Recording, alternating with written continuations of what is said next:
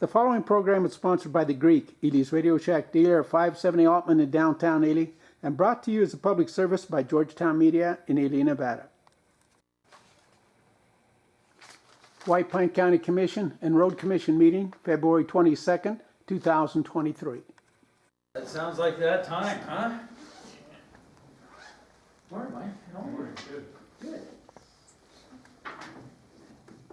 I'd like to call this meeting to order of the White Pine County Commission, Wednesday, February 22nd, 2023, 9 a.m. If you'd all rise, join me in the pledge. I pledge allegiance to the flag of the United States of America and to the republic for which it stands, one nation, under God, indivisible, with liberty and justice for all. All right, now we'll engage in a moment of silence, silent prayer, whatever suits you.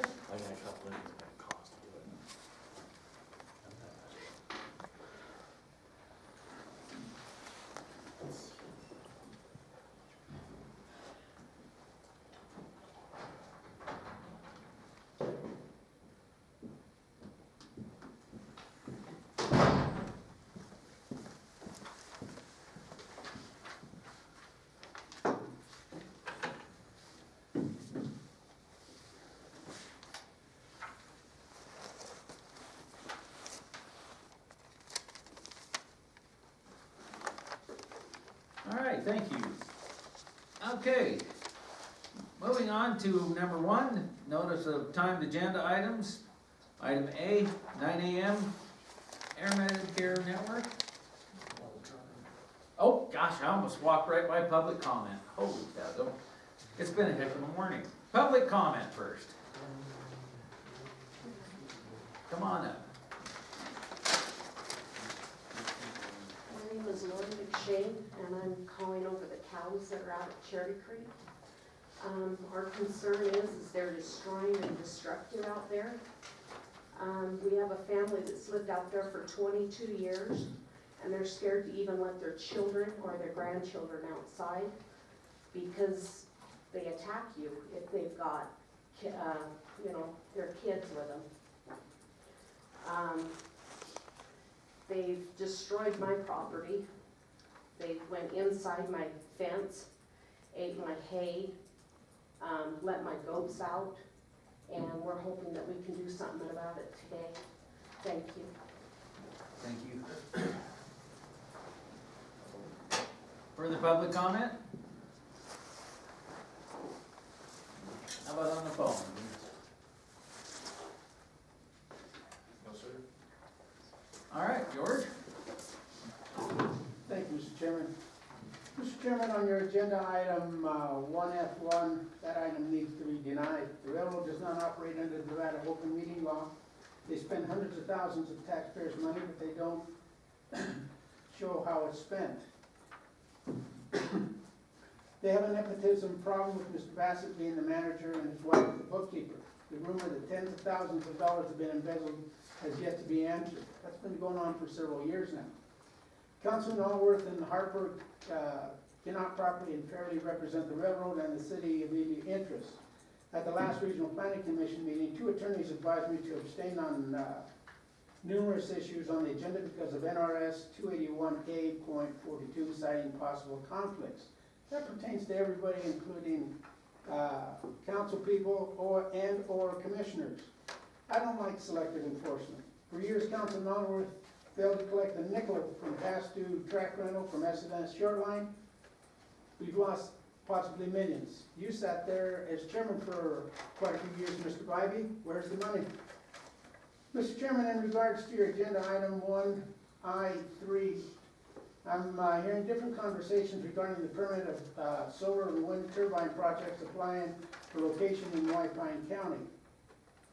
I ask that the commission set regulations that state that at the end of life of each project, reclamation must be done.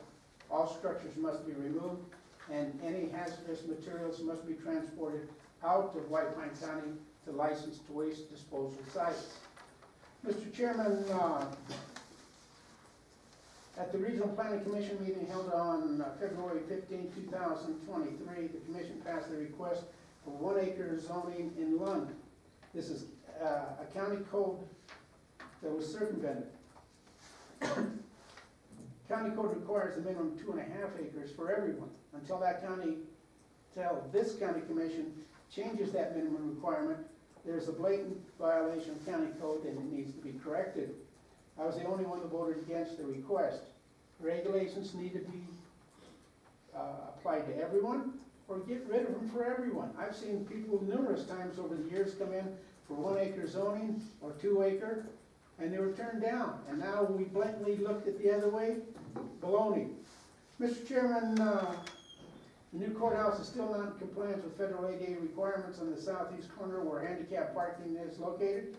There is no ramp for access, only 2 steps which impede those using a wheelchair. Your building inspectors failed you, and the correction needs to be made this pocket or the commission as a whole. You may not selectively enforce federal standards and regulations. How many times I gotta come before you for that? Mr. Chairman, I've yet to see anything on your agenda in regards to a victims fund for those that suffered different losses, as I have over the years. I want some consideration. Mr. Chairman, I did not see where you put my request to be put on the agenda for, George, that's your 3 minutes, sir. I'd like some answers, sir. Very good, thank you. Further public comment? Going once? Going twice? All right. Else, we'll sweep into item A, 9 a.m. Mr. Chairman, if I could interrupt for just 1 second, could we identify if, are any of the commissioners appearing via Zoom? Yes, we do have 2 commissioners that are on the phone. We have Hank and Lori are both calling in today. Great, thank you. Thank you. All right, we have 9 a.m. Air Medcare Network. Number 1, discussion for possible action, approval to upgrade the Air Medcare Network municipal site membership to full membership, or full MSP, to provide White Pine County residents with full membership benefits for 1/25/23 through 1/25/24 at an additional cost of $113,713 for a total of $146,713 after the $33,000 payment that we approved at the January meeting, West Magadan. The Air Medcare Network, this was the information that we had requested from them at that meeting, so we could make a decision whether we wanted to up the benefit level at that time, and I will open this for discussion. If you recall, I brought this forward when AirMed gave us our yearly fee of $33,000, and we discussed it a little bit, and my concern was when a citizen is out of town, or don't have enough money or whatever, what would it cost us to pay the insurance for every citizen in White Pine County, whether they've got insurance or whether they don't? So they were good enough to go ahead and send us back a quote of what it would cost for us to insure everybody in the county. It doesn't matter who they are, but the premium would go to $33,000 plus. The figure they brought us was $146,713. If you factor that out for every citizen, it'd be about $140. Is it worth it for us? We have Medcare insurance for everybody now, to get flown out. But there are some that don't have it. Would it be worth it for us to factor in $146,000 on top of the $33,000 to basically have a blanket coverage of insurance? I just brought this forward so the commission can discuss it and get the legal opinion from the DA. I'm glad I did, and I'm glad they gave us a quote. And our next decision is it a benefit to all of White Pine County? We still have insurance at $33,000, but is it a benefit, or is it cost effective for us to insure everybody for $146 additional money? That's pretty much all I know about it, and I think AirMed is on the line and can give us more of an update. But basically the question is it worth it for the county to pay what would basically amount to about $175,000 $180,000 for everybody. 146. But when you add the 33, No, that includes, it's a total of 146, it's 113 plus the 33. yeah, right, okay, so 140, but is it good for the county to pay that kind of money? And that's why I brought it forward, and I wanna thank them for responding with their quote, and now it's pretty much up to us to decide, is it a benefit to the county, or is it just a cost, additional cost to the county to pay that 146 stuff? That's what I asked for, and that's what I got, so, I'd like to hear from MedX what, you know, really a breakdown of the coverage, and then maybe hash it out here on the commission, and we don't have to, I don't think we need to vote on this today, do we, Mike? You sure can, but, Okay. We don't have you to, don't, but we yeah, you can. don't want to. Okay. You don't have to. But I mean, the sooner we vote on it, the sooner it goes into effect, and if it is something we choose to do, Right, then the sooner the benefit would be available to the citizenry. okay. Wes, are you on there with us? Do we have anybody from Air Medcare Network?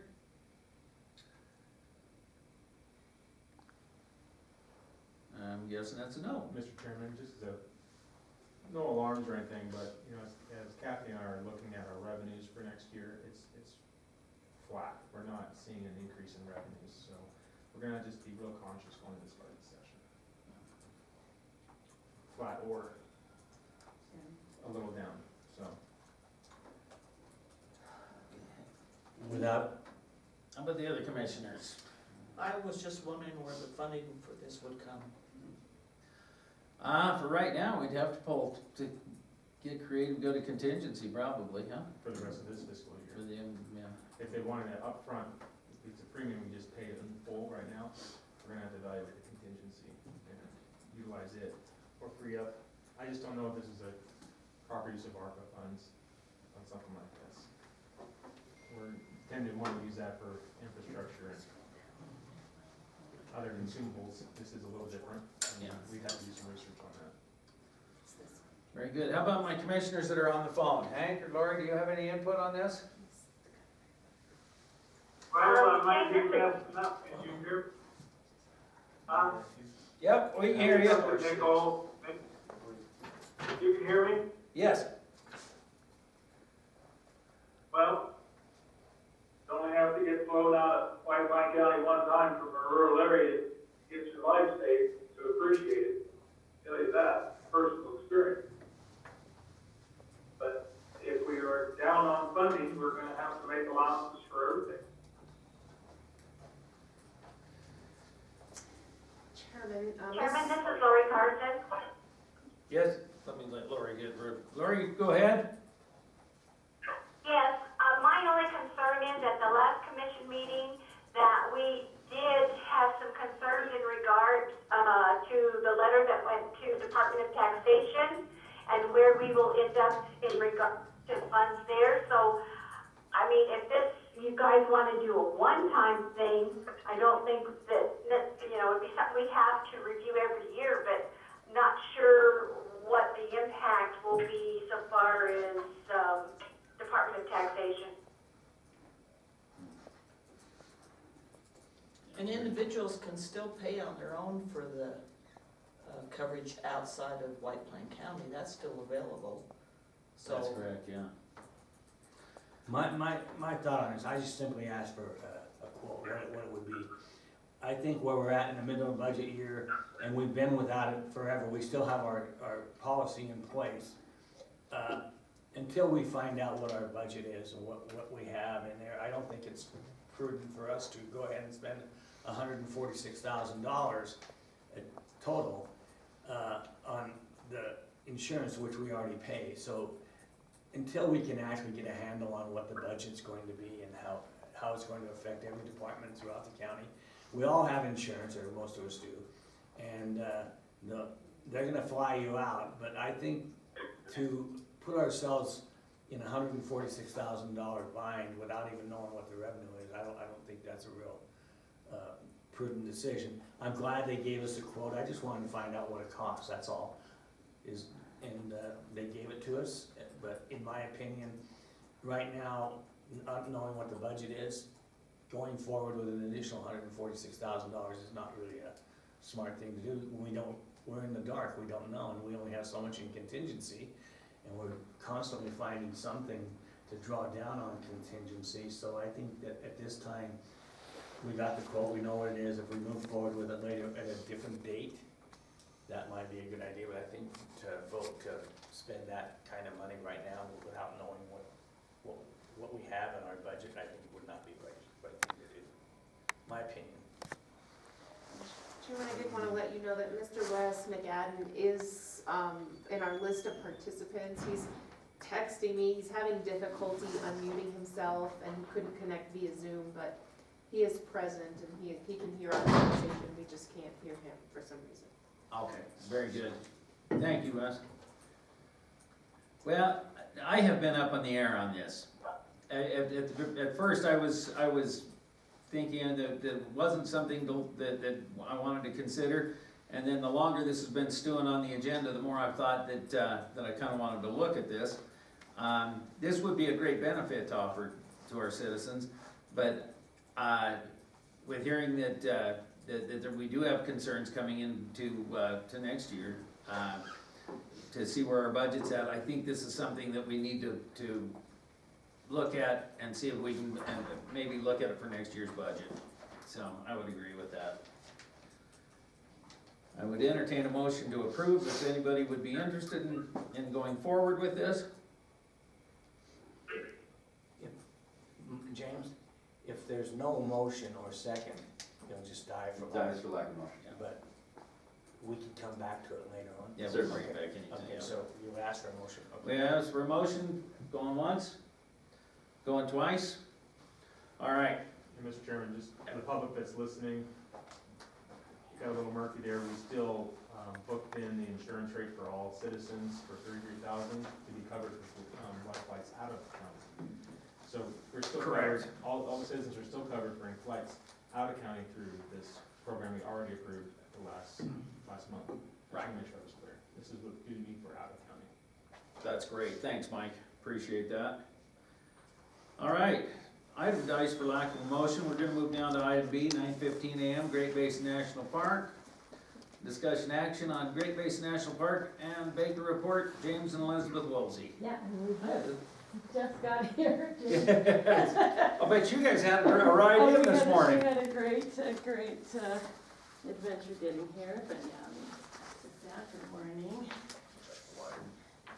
Yeah. I don't wanna-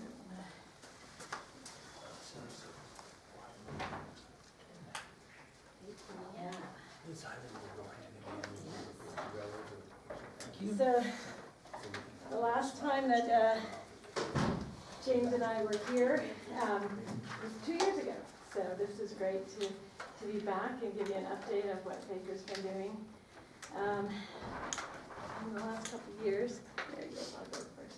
Yeah, so I'm Elizabeth Woolsey, I'm the chair of the Baker Area Citizens Advisory Board.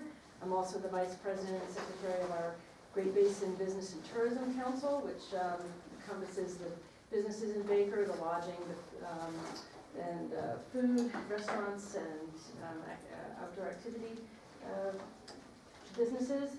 I'm also the art teacher at Baker School, and as you know, many people in White County wear many hats, so I'm very happy to be here. I'm also actually the owner of the Stargazer Inn and Bristlecone General Store as of last year, so it's really exciting to be helping the community and also ensuring some economic growth in Baker. What you have in front of you is just our annual report for 2022, and it kind of goes over what we've done, and a lot of it is actually since the last time we were here. We're still doing the Baker Dark Sky Community Initiative to buy dark sky compliant light fixtures to reduce light pollution in our town. And for many reasons, that's a wonderful thing, but of course, astrotourism is a big traveler experience for visitors that come in and want to see dark skies. So we've raised $18,818 in the last 2 years and have spent $12,900 of that on fixtures for area businesses and municipal lighting, and we're going to start getting that installed in the spring, so that's wonderful. And my, you know, this you can read over, there's lots of wonderful things that we do as a community with cleanup, with trying to get some more economic growth with our businesses. One of the reasons why I'm here in person, and it was really important for me and James not to Zoom in today, and we wanted to be here, is our goal as an advisory board is to build a better relationship with the county commissioners, because as an unincorporated town, we need to make sure that our needs are being met, but then how do we do that? I want to understand that better. This is something, I've been on the advisory board for 4.5 years, and it's still kind of something I'm learning about. If there is a need that is county-based in Baker, how do we get that need met? So that's something that we don't have to answer today, of course, but this is something I'm really glad Janet is our liaison, so we can work together with her and bring some issues to light and see if we can address some of those concerns. The two biggest concerns we have right now are physical addresses in Baker. This has been something that's been going on for 5 years on what is the actual address of a business and a resident, mostly for secure, what do you call it, emergency services, if there was a need, and how would they get there. There's a disconnect between what people have on what they say is their address, what the building, county building department has as their address, and the assessor. So sometimes there's 3 different things going on. So that's really important for us to make sure, for emergency purposes, that gets resolved. And our community center is another, our parking area for people with disabilities. That's been a concern over the last year or two. Some attempt was made to get some trees and brush, and you have some photos of what the community center is. This is a building that is used weekly and almost sometimes daily by different groups and organizations, and people with mobility issues have a really hard time parking and accessing the building. So that is something I would really like to have addressed. And again, how do we ask for a budget item for that, or how do we get something that would be really viable for our community, for the people that need this space. And yeah, so and I just want to make sure you know that Baker is thriving. There's a couple of photo pages there that show all the different activities we do. We have a lot of, I say that living in Baker is like living in a multi-generational household. We do a lot of things together as a community. Our summer softball league is everyone from 4 years old to 64, so it's really quite fun. Our farmers market is quite active, and it draws a lot of attention from outside of Baker. We have a very active school system, as you know, between Millard County and White Plain County. There's 3 schools, and it's fantastic for all these kids to interact with our community. And we just started a volunteer program at the Baker Archaeological Site with the Bureau of Land Management to be more of a hands-on asset there, so that if anything comes up, we can directly contact them. We do cleanups down there, and just make sure that site is preserved. And we just have a really thriving arts community too, which is really fun. We work with the park, with their artist in residence program. The artist comes to the school, does an annual workshop with the kids. We have musicians in our town. We just got a nice mural through the White Plain County Tour and Rec Public Arts Fund. And yeah, we just have a lot of really wonderful creative people in Baker. And I thank you for allowing us to come here and try to build a relationship so that moving forward we understand. And again, building relationships is both ways, so I need to understand what it means to be more an unincorporated town and what we can access through the county to keep our way of life going. So, thank you. Yeah, thank you so much, Elizabeth. Does anybody have any questions or comments? I do. One of your goals for 2023 is building a better relationship with White Pine County Commissioners in the county. As you know, we're working, and you guys have sent letters or whatever, along with 1 or 2 others. But we're trying to develop this community into a long-term, diversified economic place. But if we run into hurdles and one of yours is joining forces with another entity to try to put up roadblocks or whatever.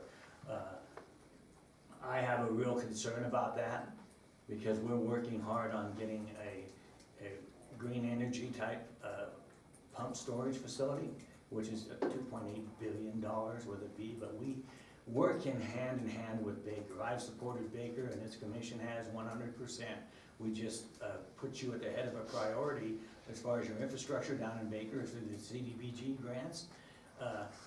Baker and the Great Basin National Park is probably our #1 priority as far as tourism goes.